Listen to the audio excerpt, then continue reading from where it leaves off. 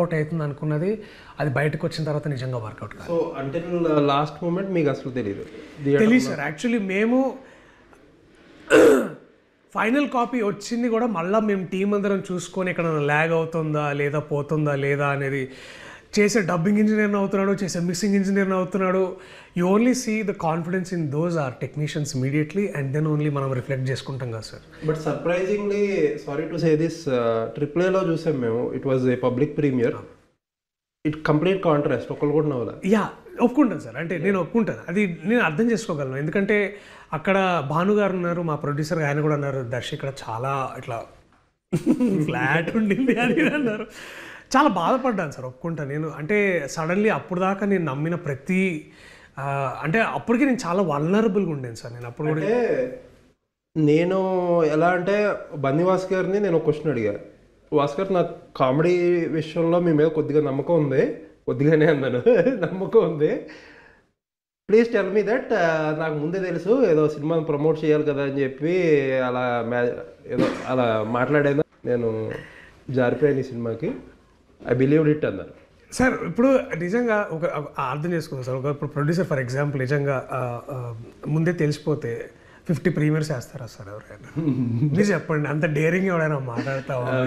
అన్ని ప్రెస్ షోలు చేస్తామా? అంత కాన్ఫిడెంట్గా బయటికి వెళ్తామా? 50 premieres is not a joke sir. అంటే పోతుందని తెలిసిందనుకోండి, we would have never even come out in the first place అనుకుందాం. అంటే ఇప్పుడు ఇంటర్నల్గా మేము అంత పిచ్చోళ్ళమేం ఎవరు పిచ్చోళ్ళు కాదు, వాళ్ళకి తెలుసు, their heart will tell their truth. వాళ్ళ ఆత్మపరిశీలన చేసుకుంటే తెలిసిపోద్ది అది ఎక్కడ పోతుంది, ఎక్కడ చేయట్లేదు. అండ్ ఎస్పెషల్లీ బన్నీవాస్ గారు లాంటి వాళ్ళు who has an experience of doing many films. అంటే ఒక సాధారణమైన ఒక చిన్న స్థాయి నుంచి ఎదిగిన ఒక ప్రొడ్యూసర్ ఆయనకి తెలుసు సినిమా ఎలా వర్క్ అవుతుందో. నేను ఎన్నో కామెడీ సినిమాలు చేసి డిమ్కిల్ తిని ఎక్కి డిమ్కిల్ తిని అందరూ we all had our fair shares of losses sir. So we all knew it and అది ఇప్పటికీ we are trying to figure out sir. అది నొప్పుకుంటాను అంటే, but we didn't want to create a fluff sir. ఎవరు అనుకుంటారు అలాగే? అస్సలు లేదు సార్. ఎందుకంటే the last thing I want to do is mislead my audience. ఎందుకంటే నేను ఇక్కడ ట్రస్ట్ బిల్డింగ్ బిజినెస్లో ఉన్నాను సార్, నేను అటెన్షన్ సీకింగ్ బిజినెస్లో లేను. నేను నా యాటిట్యూడ్ కూడా అది కాదు. అండ్ ఐ వాంట్, నాకు బాధ ఎక్కడేస్తుందంటే మనం ఇంత ఎఫర్ట్ పెట్టినప్పుడు వాళ్ళకి అరే నవ్వలేదా ఇప్పుడు ఏం చేయాలి, అది సార్ బాధ, ముఖ్యమైన బాధ అది నాకు అంతే. అండ్ సేమ్ వాసన కూడా అదే ఫీల్ అయ్యావు, ఎట్లా దర్శి ఎట్లా వర్కౌట్ అయ్యేదని మీ అందరూ థియేటర్ చూస్తున్నావు, చాలా బాధ వేసింది యాక్చువల్లీ. సో నాని గారు డైలాగ్ కూడా ఒకటి వాడారు ప్రీ రిలీజ్ ఈవెంట్లో. అదే సార్, అంటే it all came from that vulnerability sir. అంటే మేము actually extreme, especially the last 1 month చాలా స్ట్రెస్లో ఉండే సార్ టీం అందరం. అండ్ నేను కూడా ఐ వాజ్ ప్యారలల్. మేమంటే మీరు చెప్తే నమ్మరు, ఒక సీన్ వర్కౌట్ అవ్వట్లేదని 2 days ముందు రిలీజ్ ముందు మీకు అది తెలిసి ఉంటుంది ఆ సీన్. వి ఆల్ షాట్, మా టీం అందరం మళ్ళీ ఒక రోజు మొత్తం పోయి మళ్ళీ కూర్చొని ఒక 10 సార్లు రిహర్స్ చేసుకొని అవుతుందా కామెడీ అంటే నవ్వుతున్నారా చూసుకొని ఆ ఎనర్జీ ఫీల్ అయ్యి మేము వెళ్ళి షూట్ చేసి నెక్స్ట్ డే మళ్ళీ అదే రోజు సాయంత్రం వి ఆల్ ఎవ్రీథింగ్ డబ్ చేసి దాన్ని మొత్తం మిక్స్ చేసి ఓవర్సీస్ కాపీ పంపించి ఎక్స్ట్రీమ్ స్ట్రెస్లో ఉండే సార్. అండ్ ఎక్స్ట్రీమ్ స్ట్రెస్లో అంత క్రానిక్ స్ట్రెస్లో ఏమైందంటే మనిషిగా నేను ఆర్టిస్ట్గా వల్నరబుల్ అయిపోయాను సార్.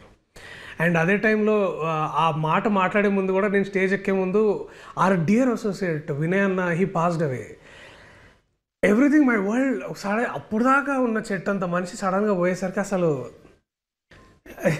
ఏం అర్థం కాలే.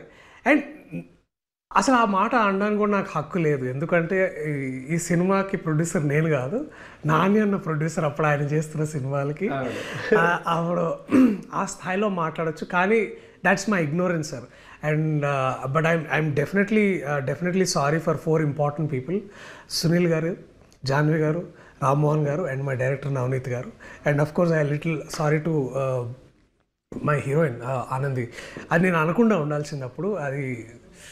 అది చాలా ఒక హఠాత్ పరిణామంగా ఏం చెప్పాలో తెలియక ఆ మూమెంట్లో చాలా ఒక భావోద్వేగానికి లో నుంచి వచ్చింది సార్. అది actually it is not to అంటే ఇంకా ఆ మూమెంట్లో నేను ఇంత సేల్ ఎట్లా అమ్మాలో ఈ ప్రోడక్ట్ ఈ సినిమా నాకు అర్థం కాలే.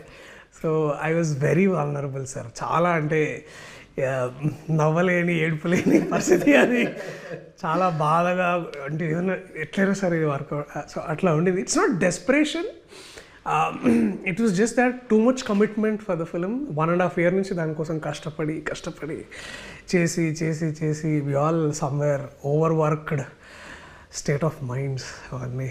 అండ్ బట్ యా నేర్చుకున్నా చాలా. ఇంకెప్పుడు అట్లా మాట్లాడద్దని నేర్చుకున్నా.